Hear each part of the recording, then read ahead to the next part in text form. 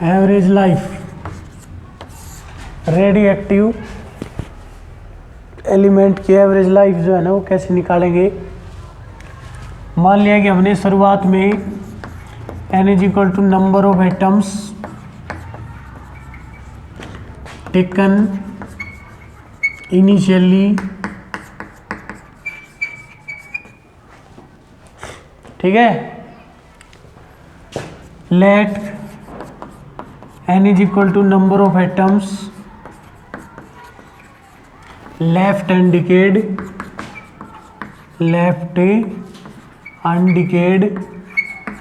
After time t time के बाद।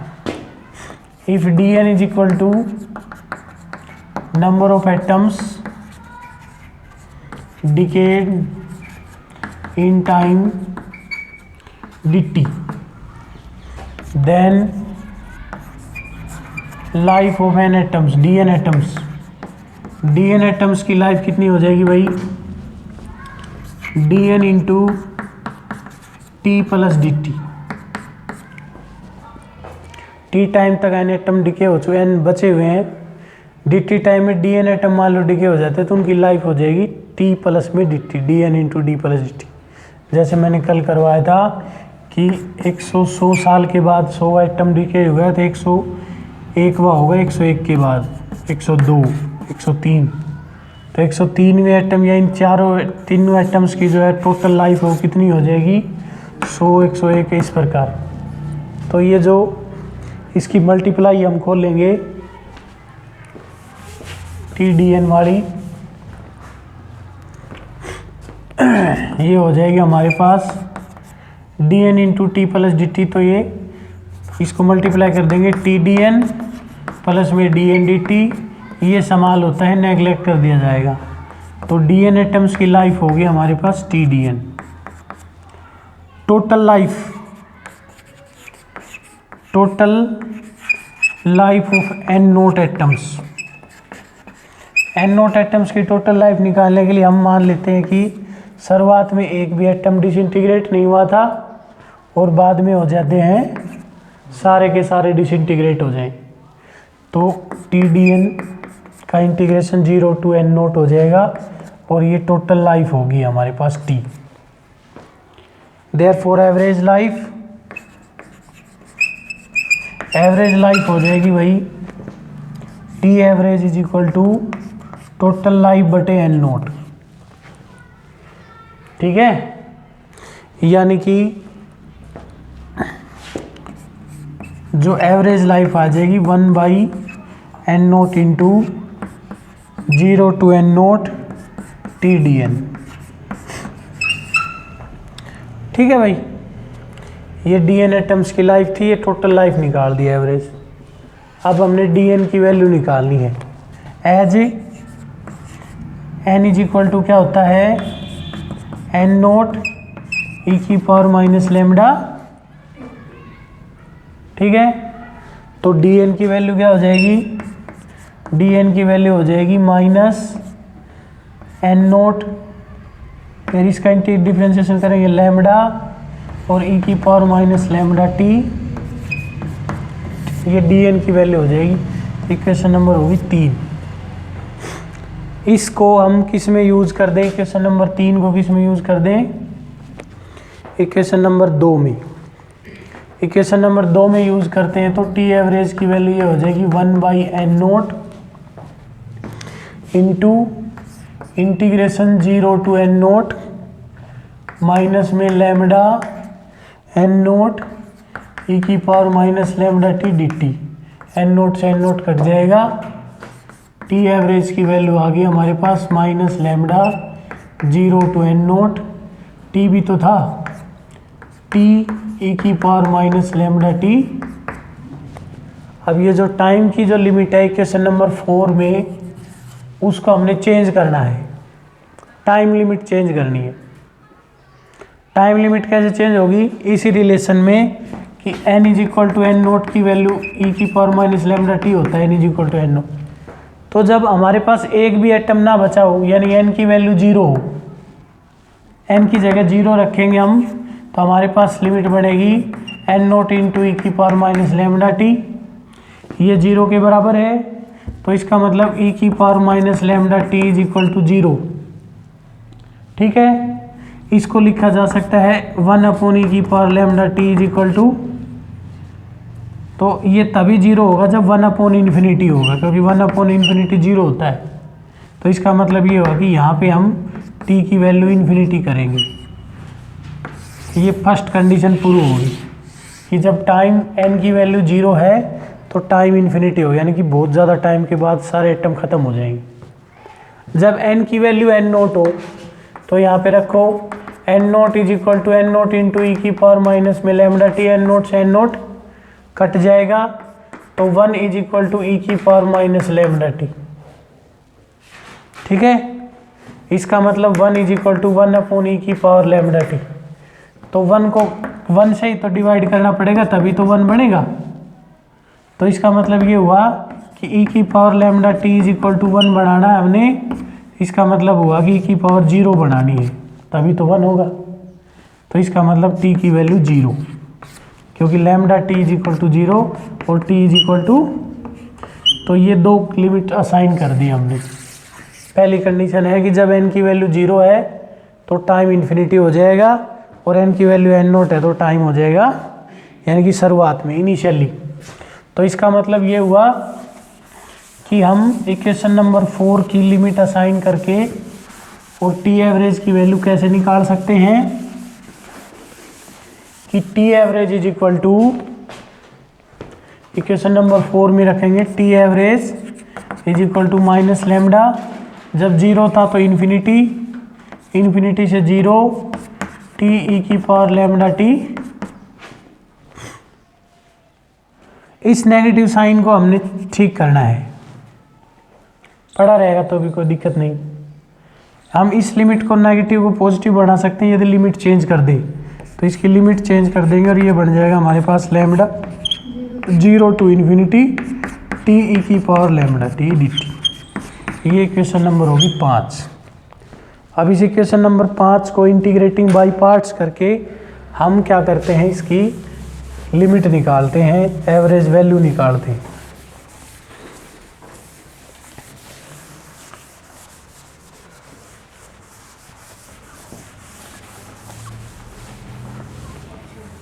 तो एवरेज वैल्यू भाई ये आएगी हमारी,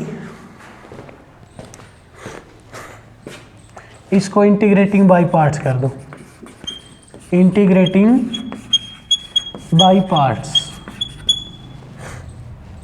तो टी एवरेज की वैल्यू लेमडा बाहर रहेगा, first as it is integration of second और लिमिट 0 टू इन्फिनिटी, माइनस में integration of derivative of first हो जाएगा 1 इंटू इंटीग्रेशन ऑफ सेकंड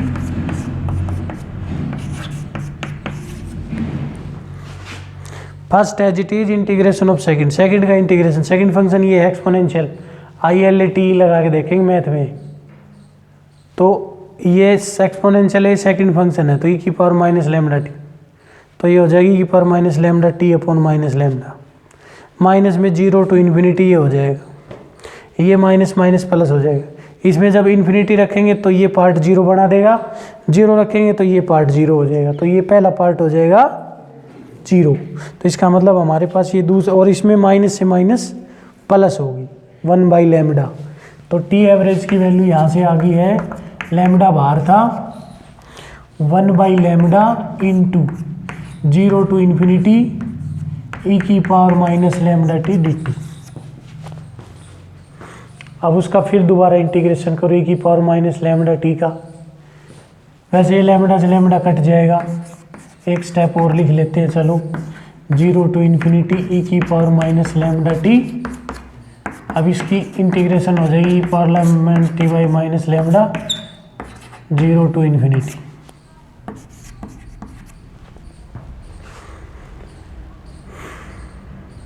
ठीक है, अब इसमें हमने माइनस लेमडा बाहर आ जाएगा, ई की पावर माइनस लेमडा टी, 0 से इन्फिनिटी लिमिट रखनी है। हम इसको ऐसे लिख सकते हैं -1 बाई लेमडा 1/e⁻λt कर लो, 0 टू इन्फिनिटी। जब इन्फिनिटी रखेंगे तो 1/∞ हो जाएगा, 0 रखेंगे तो 1 हो जाएगा, e⁻0 रखेंगे तो 1, तो 1/∞ होता है 0। इसका मतलब -1/λ इंटू 0 माइनस में 1, -1/λ को इससे मल्टीप्लाई करेंगे तो आंसर आएगा हमारे पास 1/λ। ये एवरेज वैल्यू है, टी एवरेज है वो 1/λ है।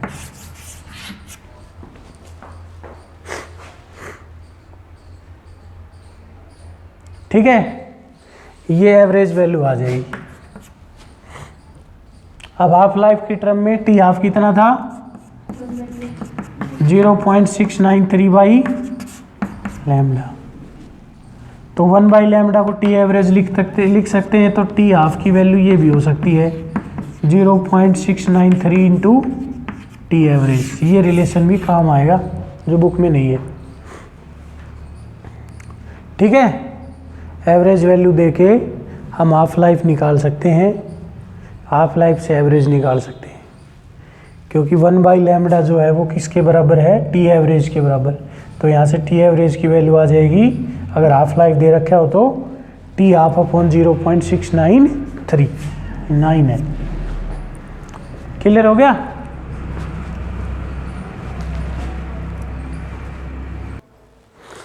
कि भाई अल्फा पार्टिकल जो है ना वो किस प्रकार डिके होता है, यानी कि अल्फा पार्टिकल कैसे इमिट होता है। ये तो हमें पता ही है कि अल्फा पार्टिकल जब इमिट होता है तो एटॉमिक नंबर 2 से बदलता है, एटॉमिक मास 4 से। तो जो अल्फा है पार्टिकल है वो किस प्रकार इमिट हो रहा है, कैसे इमिट होगा। तो शुरुआत में माना जाता है कि अल्फा पार्टिकल न्यूक्लियस से बाहर नहीं निकल सकता, अल्फा पार्टिकल का जो इमिशन होता है वो बाहर से ही होता है, न्यूक्लियस के अंदर से तो अल्फा पार्टिकल का इमिशन पॉसिबल ही नहीं है। क्यों नहीं है? इसके दो कारण थे। एक तो जो मैग्नेटिक मोमेंट थी अल्फा पार्टिकल की, वो न्यूक्लियॉन्स की मैग्नेटिक मोमेंट से मैच नहीं करती है, उससे समाल होती है। मैग्नेटिक मोमेंट यानी कि म्यू अल्फा जो होती है वो लेस देन म्यू पी होगी, magnetic moment of proton. First reason ये था। दूसरा रीज़न था कि अल्फा पार्टिकल की जो एनर्जी होती है वो लगभग 4 से 9 मेगा इलेक्ट्रॉन वोल्ट के करीब है, इतनी एनर्जी है अल्फा पार्टिकल में। और जबकि न्यूक्लियस का जो पोटेंशियल बैरियर है, यानी कि न्यूक्लियस को पार करने के लिए जो एनर्जी चाहिए वो चाहिए लगभग 20 से 25 मेगा इलेक्ट्रॉन वोल्ट। तो इतनी कम एनर्जी का पार्टिकल इतनी हाई एनर्जी को कैसे क्रॉस कर सकता है। तो इसलिए शुरुआत की जो एक्सप्लेनेशन में माना गया कि अल्फा पार्टिकल न्यूक्लियस से बाहर नहीं निकलता है। ठीक है, फिर गामो और कंडन नाम के जो 2 साइंटिस्ट थे उन्होंने बताया कि अल्फा पार्टिकल जो है वो न्यूक्लियस से ही बाहर आता है, और वो आता है टनल इफेक्ट से। एक इफेक्ट होता है टनल इफेक्ट, उसकी वजह से अल्फा पार्टिकल बाहर निकलता है। टनल इफेक्ट, टनल का मतलब होता है सुरंग, तो अल्फा पार्टिकल एक सुरंग बनाता है। उसने बताया भाई अल्फा पार्टिकल की जो स्पीड होती है लगभग 10⁻⁷ मीटर पर सेकंड के करीब होती है, इस ऑर्डर में होती है। और न्यूक्लियस का जो रेडियस होता है वो, न्यूक्लियस के रेडियस का ऑर्डर है वो 10⁻⁻15 यानी कि 1 फर्मी के ऑर्डर का है। और कोलिजन जो होते हैं to the walls of the, वो है वो इलास्टिक कोलिजन है, कि जब न्यूक्लियस की मान लो ये वाल है, ये वाल बना दी हमने न्यूक्लियस की, ऐसे ही वाल होगी, तो जो अल्फा पार्टिकल जब इससे टकराएगा तो वापस आता है, बाउंसिंग बैक होता है, और इलास्टिक कोलिजन होता है, यानी कि स्पीड चेंज नहीं होती। अब कहने का मतलब ये हुआ कि अल्फा पार्टिकल इस डिस्टेंस को कितने टाइम में क्रॉस करता है, ये टाइम निकाले उसको क्रॉस करने का। तो लगभग कितनी डिस्टेंस कवर करनी है इस ऑर्डर की, किस स्पीड से कवर करनी है, 10⁻⁷। तो इसका मतलब जो ऑर्डर हो जाएगा लगभग 10⁻⁻20 सेकंड हो गया। इतने टाइम में इस यहाँ से लेके यहाँ पहुँच जाएगा अल्फा पार्टिकल। तो इसका मतलब 1 सेकंड में कितने चक्कर लगा सकता है वो, ये तो एक चक्कर का टाइम था, मतलब एक रूट का था, तो कितनी बार बैक एंड फोर्थ वो जो है इंसिडेंट हो सकता है अल्फा पार्टिकल उसकी न्यूक्लियस की वाल पे। तो इसका उल्टा कर देंगे, 1/10⁻²² का उल्टा हो जाएगा 10⁻²2 कोलिजन्स। ये एक सेकंड में इतने कोलिजन हो जाएंगे, और these collisions are very large in the number, यानी कि such high number of collisions, ठीक है। Due to such high number of collisions जो है the walls of the nucleus become weakens, क्योंकि ये बार बार इसमें टक्कर मारेगा ऐसे ऐसे, तो वाल कमज़ोर होती चली जाएगी और ये उसको धीरे धीरे धीरे धीरे पेनिट्रेट कर देगा और बाहर निकल जाएगा। कहने का मतलब ये है कि इसको टनल इफेक्ट बोलते हैं कि अल्फा पार्टिकल के इतने कोलिजन होते हैं एक सेकंड में, बहुत ज़्यादा कोलिजन है 10⁻²²। तो इन कोलिजन्स के कारण अल्फा पार्टिकल जो है चोट मारता है वाल के ऊपर और उसको कमज़ोर कर देता है, न्यूक्लियस वाल को वीक कर देता है और उससे बाहर निकल जाता है। तो इस प्रकार अल्फा पार्टिकल न्यूक्लियस से बाहर निकलता है, किसकी इफेक्ट से, कौन सी इफेक्ट से, टनल इफेक्ट से। तो पोटेंशियल एनर्जी की जो वेरिएशन देखें अल्फा पार्टिकल की, तो ये होती है कि भाई यहाँ तक पोटेंशियल एनर्जी तो बहुत ज़्यादा है, ठीक है, लेकिन ये पार्टिकल इस आर से कम ज़्यादा करता है ना, तो फिर उसकी एनर्जी घट जाएगी ऐसे फिर उसकी पोटेंशियल एनर्जी बढ़ जाती है। वैसे तो ज़्यादा है, लेकिन यहाँ से देखें तो ये कम हो जाती है ऐसे, ये ग्राफ आएगा, पार्टिकल उससे बाहर आ जाता है, ठीक है। ये आर की वैल्यू कम ज़्यादा हो रही है, इसकी क्रॉस होती है, यहाँ इस रेंज में लगभग पोटेंशियल एनर्जी इस रेंज में लगभग कम हो जाती है, ठीक है, समझ में आया। तो ये था अल्फा डीके। वो सिंपल है कि अगर कोई XZA का एटम जो है अगर अल्फा को इमिट करता है तो YZ-2 A-4 प्लस में अल्फा, यानी कि He24 की इक्विवेलेंट होता है अल्फा, ये इक्वेशन आएगी, ठीक है। क्या वैल्यू निकालना चाहें तो अगर इसका मास m अल्फा है, ये my है, ये mx है, तो चेंज मास नंबर हो जाएगा, मतलब मास डिफेक्ट हो जाएगा mx माइनस में my प्लस में m अल्फा, और इसको c² से मल्टीप्लाई कर देंगे तो ये एनर्जी का इमिशन हो जाएगा। समझ में आया, ये क्या वैल्यू ऑफ अल्फा इमिशन होती है।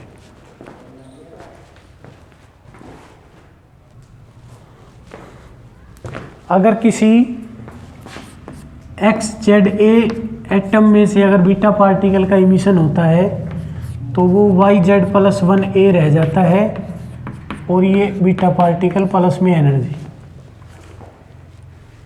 इसमें भी दिक्कत आई थी कि शुरुआत में यही माना गया कि बीटा पार्टिकल भी न्यूक्लियस से इमिट नहीं होता, बाहर से इमिट होता है, क्योंकि ये इलेक्ट्रॉन होता है, पहली बात तो।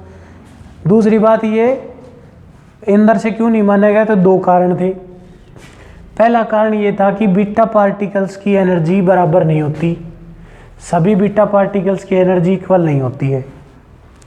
अगर ये न्यूक्लियस से आता तो इसकी एनर्जी बराबर होनी चाहिए थी सबकी, क्योंकि सभी न्यूक्लियस से आ रहे हैं, न्यूक्लियस की बाइंडिंग एनर्जी वगैरह बराबर है। दूसरी बात कि जो अगर बीटा पार्टिकल इमिट हो रहा है, न्यूक्लियस से इमिट हो रहा है, तो न्यूक्लियस की जो स्पिन में जो चेंज आएगा, स्पिन नंबर में जो चेंज आता है, वो ±1/2 का आना चाहिए। जो स्पिन में चेंज है, डेलस में जो चेंज है, वो ±1/2, क्योंकि या तो इलेक्ट्रॉन होता है तो इलेक्ट्रॉन की स्पिन ±1/2 होती है, तो change in the spin off the nucleus जो है वो ±1/2 होना चाहिए। या तो इलेक्ट्रॉन क्लॉकवाइज घूमेगा या एंटी क्लॉकवाइज घूमेगा, और इसकी स्पिन को 1/2 कहते हैं, तो या तो 1/2 का चेंज आना चाहिए या -1/2 का। लेकिन न्यूक्लियस की जो स्पिन में जो चेंज मिलता है वो मिलता है ±1 का या 0 का, या तो 0 का चेंज मिलता है स्पिन में, या स्पिन में चेंज किसका मिलता है, ठीक है। एक ये था। दूसरा एनर्जी वाला कि सभी बीटा पार्टिकल्स की एनर्जी बराबर नहीं होती, कुछ बीटा पार्टिकल्स की एनर्जी तो ज़्यादा होती है, ये है बीटा पार्टिकल की एनर्जी और ये है नंबर ऑफ बीटा पार्टिकल्स। तो कुछ ही बीटा पार्टिकल्स की एनर्जी ज़्यादा होती है, बहुत ज़्यादा बीटा पार्टिकल्स की एनर्जी कम होती है। तो ये दो कंडीशन कैसे होंगी? अगर न्यूक्लियस से निकल रहा है तो सभी की एनर्जी बराबर होनी चाहिए और स्पिन में चेंज ±1/2 का आना चाहिए, +-1 या 0 का नहीं आना चाहिए। ठीक है, इसको फॉलो जो सोल्व किया था पुली ने सोल्व किया। फिर उसने बताया कि बीटा पार्टिकल के इमिशन के साथ साथ एक पार्टिकल और इमिट होता है जिसको बोलते हैं न्यूट्रिनो। जिसको क्या कहते हैं? न्यूट्रिनो कहते हैं। न्यूट्रिनो या एंटी न्यूट्रिनो। वैसे बीटा के साथ होता है एंटी न्यूट्रिनो, नेगेटिव बीटा के साथ, पॉजिटिव के साथ न्यूट्रिनो, एंटी न्यूट्रिनो। ये एक अनचार्ज पार्टिकल होता है। इसकी स्पिन ±1/2 होती है। ठीक है, जो बीटा पार्टिकल की मैक्सिमम एनर्जी होती है इसको एंड पॉइंट एनर्जी कहा जाता है। And point energy, beta particle की जो मैक्सिमम एनर्जी पाई जाती है उसको कहते हैं एंड पॉइंट एनर्जी, इससे ज़्यादा नहीं मिलेगी। तो बीटा पार्टिकल की एनर्जी अगर एंड पॉइंट एनर्जी से कम है तो उसके न्यूट्रिनो या एंटी न्यूट्रिनो की एनर्जी ज़्यादा होगी, मतलब उस एनर्जी में डिवाइड हो जाता है। अगर बीटा पार्टिकल की कम है तो न्यूट्रिनो की ज़्यादा होगी और बीटा पार्टिकल की ज़्यादा है तो न्यूट्रिनो की कम होगी। तो जो एनर्जी का जो डिफरेंस है, जो गैप है, वो दो पार्टिकल्स में डिवाइड हो जाता है और स्पिन का चेंज भी क्लियर हो जाएगा। ठीक है, मान लिया बीटा पार्टिकल की स्पिन +1/2 है और एंटी न्यूट्रिनो की है -1/2, तो टोटल जोड़ हो जाएगा। अगर बीटा पार्टिकल की 1/2 है, एंटी न्यूट्रिनो की भी 1/2 है, तो चेंज आ जाएगा +1 का। और अगर इसकी -1/2 और इसकी -1/2 तो चेंज आ जाएगा -1 का। तो इस प्रकार स्पिन कंजर्वेशन भी फॉलो हो गई और एंड पॉइंट एनर्जी भी कंजर्व होगी कि भाई जिस बीटा पार्टिकल की एनर्जी ज़्यादा है उसके एंटी न्यूट्रिनो की एनर्जी कम होगी और जिस बीटा पार्टिकल की एनर्जी कम है उसके एंटी न्यूट्रिनो की एनर्जी ज़्यादा होगी। समझ में आया? तो इस प्रकार एनर्जी कंजर्वेशन भी फॉलो होता है इससे और ये स्पिन कंजर्वेशन भी फॉलो होता है। तो बीटा पार्टिकल भी किससे निकलता है? न्यूक्लियस से निकलता है और ऐसे निकलता है एंटी न्यूट्रिनो के साथ। मतलब फिर ये जो इक्वेशन बनाई थी हमने इसके साथ साथ हम ये और लगा देंगे यहाँ पे म्यू बार, ये एग्जैक्ट इक्वेशन होगी। ठीक है, अगला है गामा डीके। गामा डीके बिल्कुल सिंपल होता है क्योंकि गामा जो है वो कभी भी अकेला डीके नहीं होता। गामा डीके या तो अल्फा के बाद होता है या बीटा के बाद। कोई भी एक एटम लेके, जैसे कि हमने सोडियम 1123 ले लिया, इसमें से पहले हमने अल्फा पार्टिकल निकाल दिया तो ये बढ़ जाएगा फ्लोरीन। फ्लोरीन 918, लेकिन ये एक्साइटेड स्टेट में बनेगा प्लस में अल्फा पार्टिकल। अब अगला जो इसका इमिशन होगा यहाँ से एक गामा निकल जाएगा और फ्लोरीन 918 जो है ना वो उस स्टेट में आ जाएगा, एक्साइटेड से डी एक्साइटेड स्टेट में। पहले अल्फा पार्टिकल का इमिशन हुआ था, फ्लोरीन हमें एक्साइटेड स्टेट में मिलेगा तो उसको डी एक्साइट करने के लिए एक फोटोन निकाला जाएगा, गामा पार्टिकल निकाला जाएगा, जो यहाँ लिख दिया मैंने माइनस गामा। तो इस प्रकार, या फिर बीटा के बाद, पहले बीटा इमिशन होगा उसके बाद गामा इमिशन होगा अगर वो एक्साइटेड में है तो ये अल्फा बीटा गामा इमिशन इस प्रकार होते हैं। एक्सप्लेन क्लियर हो गया ये तीनों की एक्सप्लेनेशन?